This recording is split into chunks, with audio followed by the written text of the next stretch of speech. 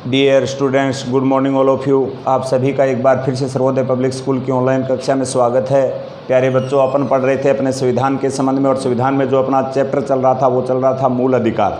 मूल अधिकार के बारे में जो प्रारंभिक बातें थी और प्रारंभ के जो चार मौलिक अधिकार थे उनके बारे में अपन पढ़ चुके हैं। स्वतंत्रता का अधिकार अपन ने पढ़ लिया, समानता का अधिकार अपन ने पढ़ लिया, शोषण के विरुद्ध अधिकार है जो अपन ने पढ़ लिया, और साथ में धार्मिक स्वतंत्रता का भी अधिकार पढ़ लिया। आज अपन पढ़ेंगे पांचवा जो मौलिक अधिकार है उसके बारे में, शिक्षा व संस्कृति संबंधी अधिकार। अनुच्छेद है वो है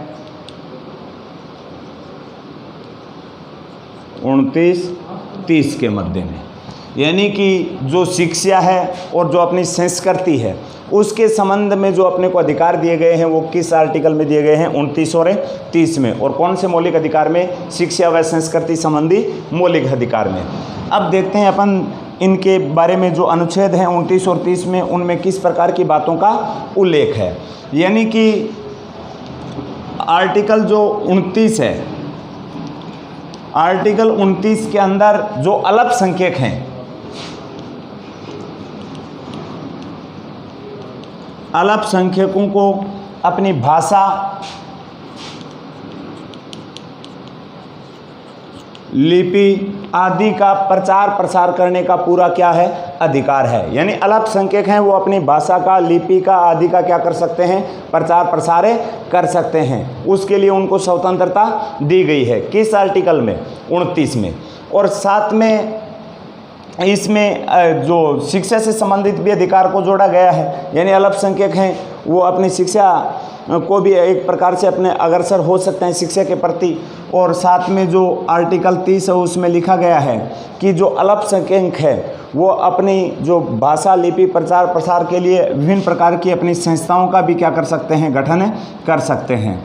यानी कि अल्पसंख्यक अपनी भाषा, लिपि आदि के प्रचार प्रसार के लिए और के लिए विभिन्न प्रकार की संस्थाओं का गठन कर सकते हैं, गठन कर सकते हैं। और इसमें राज्य किसी भी प्रकार का कोई हस्तक्षेप नहीं करेगा और ना ही राज्य उसमें किसी भी प्रकार का कोई अपन कह सकते हैं कि अवरुद्ध प्रदान स्थापित करेगा।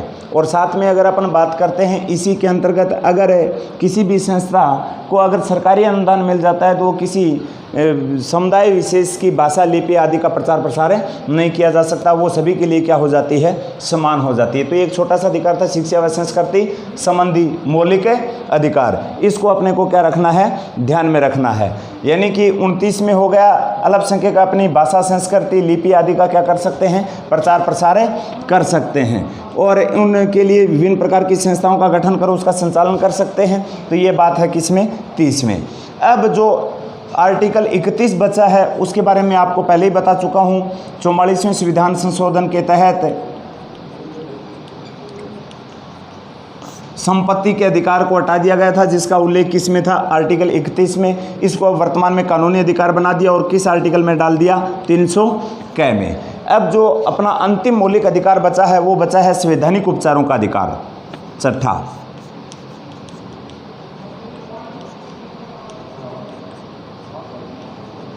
संवैधानिक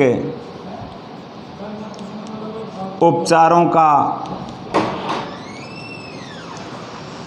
अधिकार। संवैधानिक उपचारों का जो अधिकार है उसका उल्लेख है वो है संविधान के आर्टिकल 32 में, अनुच्छेद 32 में। और जो संवैधानिक उपचारों का अधिकार है, जो अपने को ऊपर के जो मौलिक अधिकार प्रदान किए गए हैं उसके प्रति जो अपने को संरक्षण प्रदान कर रहा है वो कौन सा कर रहा है? संवैधानिक उपचारों का अधिकार। कहने का भावार्थ हुआ कि अगर अपने मौलिक अधिकारों का हनन हो रहा है तो जो ये संवैधानिक उपचारों का अधिकार है उसके तहत अपन उसको से क्या प्राप्त कर सकते हैं? न्यायपालिका से संरक्षण प्राप्त कर सकते हैं। और इस मौलिक अधिकारों का जो संविधान के अंदर जो ये अपना संवैधानिक उपचारों का अधिकार है, उस संबंध में जो डॉक्टर भीमराव अंबेडकर हैं उसने अपने संविधान की क्या कहा था, इसे आत्मा कहा था।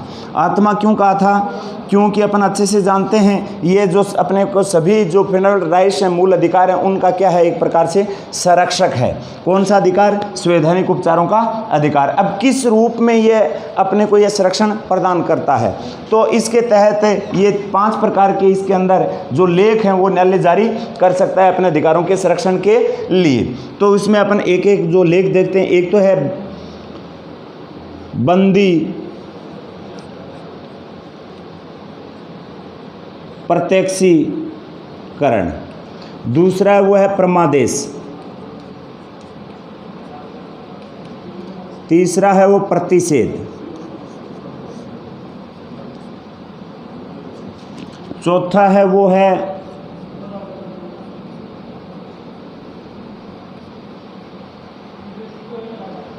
अधिकार प्रेक्षा, और जो 5वां है वो है उत्प्रेक्षण।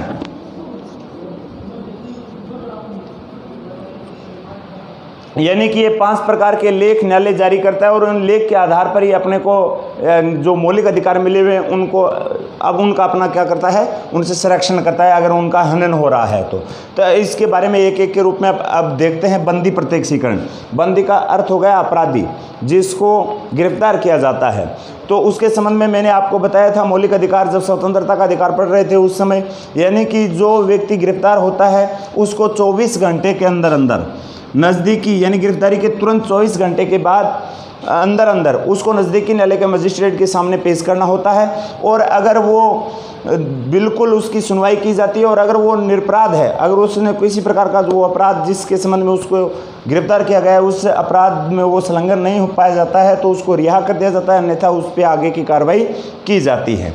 तो ये बंदी प्रत्यक्षीकरण है, यानी कि जो अपराधी है, जो बंदी है, उसको एक प्रकार से अपन कह सकते हैं कि 24 घंटे के अंदर अंदर नज़दीकी न्यायालय के मजिस्ट्रेट के सामने क्या करना होता है, पेश करना होता है। अगर वो अपराधी साबित हो जाता है तो उसको सज़ा दे दी जाती है, अन्यथा उसको क्या कर दिया जाता है, रिहा। इसमें क्वेश्चन पूछा जाता है कि अगर आपका कोई मित्र अपराध में नहीं था और पुलिस उसको गिरफ्तार कर ले गई है तो आप उसकी किस प्रकार से सहायता कर सकते हैं? तो आप कौन से लेख के माध्यम से उसकी सहायता कर सकते हैं? बंदी प्रत्यक्षीकरण के माध्यम से। अब देखते हैं परमादेश। परमादेश का अर्थ होता है एक प्रकार से आदेश देना, और आदेश अपन अच्छे से जानते हैं जो बड़ा होता है वो क्या देता है, छोटे को। यानी कि ये सर्वोच्च न्यायालय, सुप्रीम कोर्ट है, वो अपने अधीनस्थ न्यायालयों को क्या देता है, आदेश। कब देता है?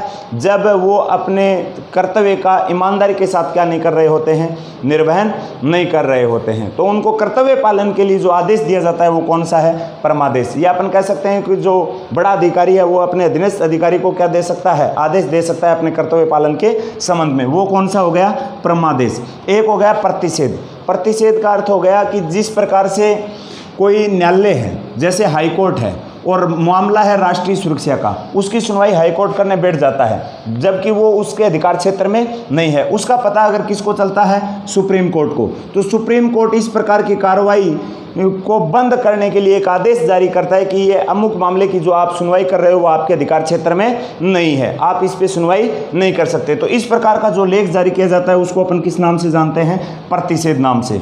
और इसके बाद में आता है वो आता है अधिकार प्रेक्षा। अधिकार प्रेक्षा के अंतर्गत अगर कोई व्यक्ति सार्वजनिक सेवा में अगर कोई पद धारण करता है तो उसको पद धारण करने के संबंध में उसकी जो योग्यता है उसके संबंध में क्वेश्चन पूछा जा सकता है। अगर वो संतोषजनक जवाब देता है तो पद पर बना रहता है, अन्यथा उसको क्या कर दिया जाता है, रिहा कर दिया जाता है।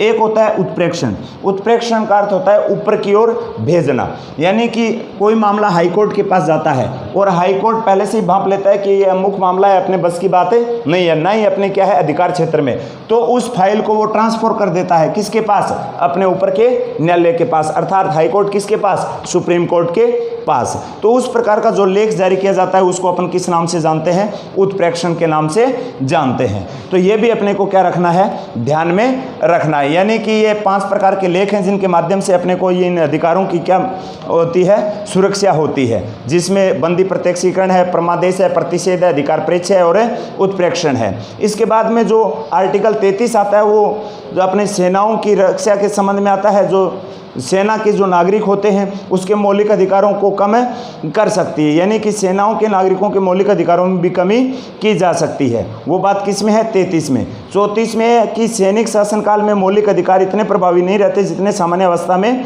रहते हैं। और 5वां है, संसद मौलिक अधिकारों और उसके न्यायिक अधिकारों के स्वरूप को क्या कर सकती है? परिवर्तित कर सकती है। यानी 33 तो हो गई, 33 तो हो गया जो सैनिक नागरिक हैं उनके अधिकारों में कमी की जा सकती है। और 34 है उसके बारे में स्पष्ट रूप से लिखा गया है कि जो सैनिक शासनकाल होता है उस समय जिस प्रकार से सामान्य स्थिति में जो अधिकार जिस प्रकार से प्रभावी रहते हैं उतने नहीं रहते। कहने का भावार्थ हो गया आपातकालीन स्थिति में जितने सामान्य स्थिति में अपने अधिकार प्रभावी रहते हैं उतने आपात जैसी स्थिति में नहीं रहते। और साथ में 35 है अंतिम, उसके अंदर यह स्पष्ट किया गया है कि मौलिक अधिकारों में और उसकी न्यायिक प्रोसेस में संसद है वो क्या कर सकती है? परिवर्तन कर सकती है। अर्थात संसद उसमें क्या कर सकती है? अधिकारों में परिवर्तन कर सकती है। तो इसके संबंध में अपन ने आज आर्टिकल पूरे कंप्लीट कर लिए हैं 12 से 35 के मध्य में।